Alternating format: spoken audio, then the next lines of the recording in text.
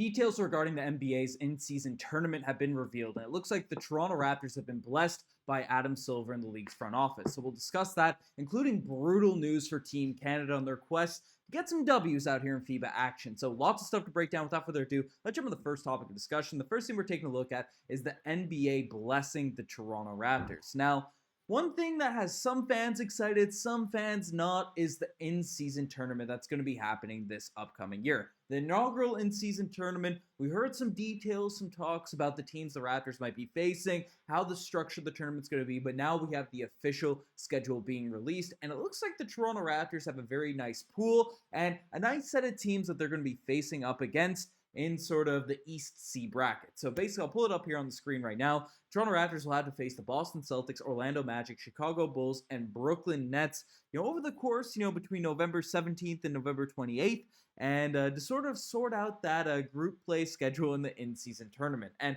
while the Boston Celtics, the first matchup, is a bit tough, the rest of the sort of teams that we're facing up against, the rest of the squads that the Toronto Raptors will have to be facing, are pretty reasonable in terms of action that we'll be able to face. And honestly, it might be good for the Toronto Raptors to face the Boston Celtics early on in this tournament and early on in the season as the schedule is going to be, because Kristaps Porzingis, the Boston Celtics' big acquisition for the summer, will actually or potentially be out of the lineup. He's dealing with some plantar fasciitis. You can check out a Celtics Digest video on the way regarding that whole situation. But the Bulls are a squad, looking at the Eastern Conference, because basically how these teams are set wasn't the Adam Silver directly, blessing or purposely giving the Toronto Raptors an easier route, but they looked at the records of teams last season and then amalgamated the rosters, amalgamated the schedule to sort of make sense, to sort of have some parity in terms of how the teams were regarded last season. But the Nets without Kevin Durant and Kyrie Irving don't seem as threatening, and they weren't that great to close out the seasons. They had their moments with Mikal Bridges, but they're a nice team we can face up against.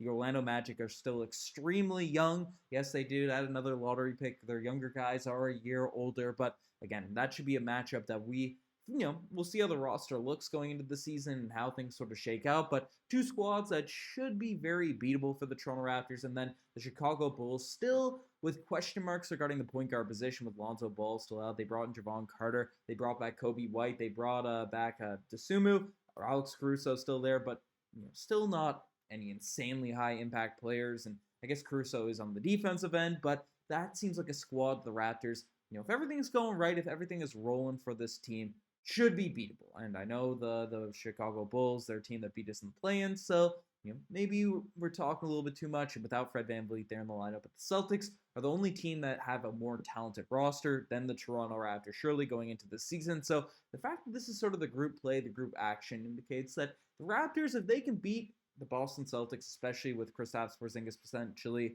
started the season being derailed with plantar fasciitis, the Raptors are certainly blessed with this sort of grouping, this schedule, and then they make it out to one game knock, or you have your group play and then one game knockout. So if the team can come out, get some wins in these big games, I'm pretty pumped. I'm pretty amped up for the in-season tournament. I like that it's different. I like that the games in November, a lot of people don't get that excited about them. A lot of people aren't really tuned in terms of how these, it doesn't matter, right? You're early on in the season, the records, you got 82 games. It's not that big of a deal. It's not like American football where you only have a few games in the season where every single one counts, right? These games actually have some meaning now, some purpose. And, if the Raptors can come out, get some wins, I'd love to see us be the inaugural in-season tournament champions. So we'll see what happens. And the Raptors have a nice group, a nice schedule to sort of break down and dive into. But the next thing we're taking a look at is some brutal news for Team Canada on their quest for FIBA glory, as it was looked at by a lot of Toronto Raptors fans. People were wondering whether or not Jamal Murray will be on the squad,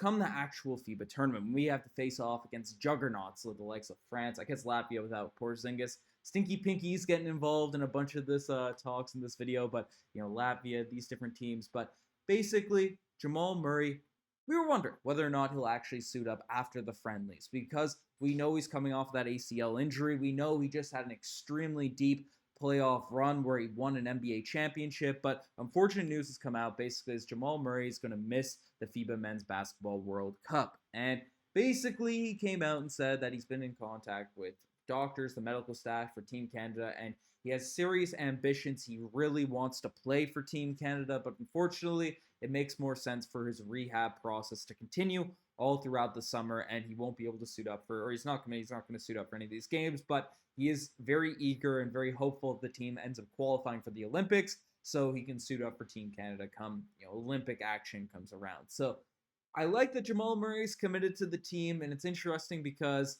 2 years ago, we heard the big chat, the big talk about players having to commit for 3 off seasons if they want to play for Team Canada. You can't let the Melvin Edgems of the world and Zach Eady's, whoever ends up playing, right, bring you to the Olympics and then just hop on the bandwagon once Olympic action comes. Nick Nurse, former Team Canada head coach, wanted that 3-year commitment. And Jamal Murray, Shai Gilgeous-Alexander were the two guys, the two superstars that really fully committed, but Jamal Murray has dealt with some injuries, has dealt with some things that haven't really kept him playing the summer. So maybe Andrew Wiggins, Chris Boucher, those types of guys, the younger dudes. I don't know if they were really ready to go for Team Canada basketball before they were drafted, but like Matt Thurin as well as Shaden Sharp. But maybe they could have committed. They could have just said they were injured. They could have done something because it would have been nice to have, especially a few more bigs, NBA caliber, NBA level bigs playing for this team. Because with just really Kelly Olynyk and Dwight Powell, Powell hasn't had the most. His skills haven't translated the best to international action, these types of things.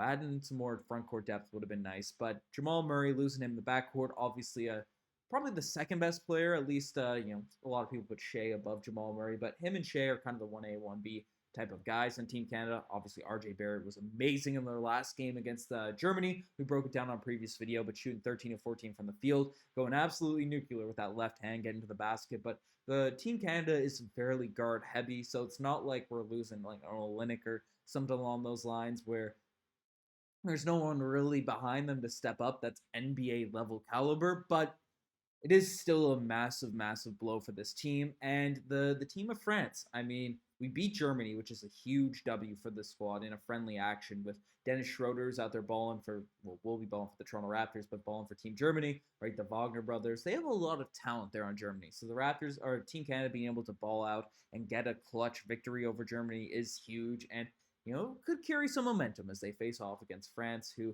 have guys, Rudy Gobert is obviously a big name there for France. Fournier, Sochan. I'm not sure if I don't think Wembanyama is playing for the FIBA action, but lots of talent there in France. So we'll see what ends up happening. I'm going to France tomorrow, so I might be able to get some insider scoops to take to tank Team France's chances in FIBA action. But Team Canada, they're always fun to watch, the FIBA qualifiers and obviously the Olympics if we can end up making it. But hopefully they're able to come out, get some W's, and lock in an Olympic spot. I want to root for Team Canada on the Olympic stage. It'll probably bring out all the stars, especially with new coaching staffs that might be willing to bring in NBA guys when they may not have committed for the full 4 years. But I don't know. Let me know what you guys think. Do you think Jamal Murray should be playing? Are you saying it's just a random excuse or something along those lines? But I've seen that go around Twitter a bunch, but we'll see. Well, we know he's not playing. There's no we'll see about it, but wishing him the best in his recovery and everything that's happened along those lines. But you guys are the best for making it for this far. Hit subscribe if you guys haven't already. Out here traveling Europe a little bit, still getting the vids out. So if you guys want to stay up to date with everything regarding the Raptors and Team Canada basketball, hit subscribe to the channel. Anyways, you guys are the best. I'm signing out. Cheers.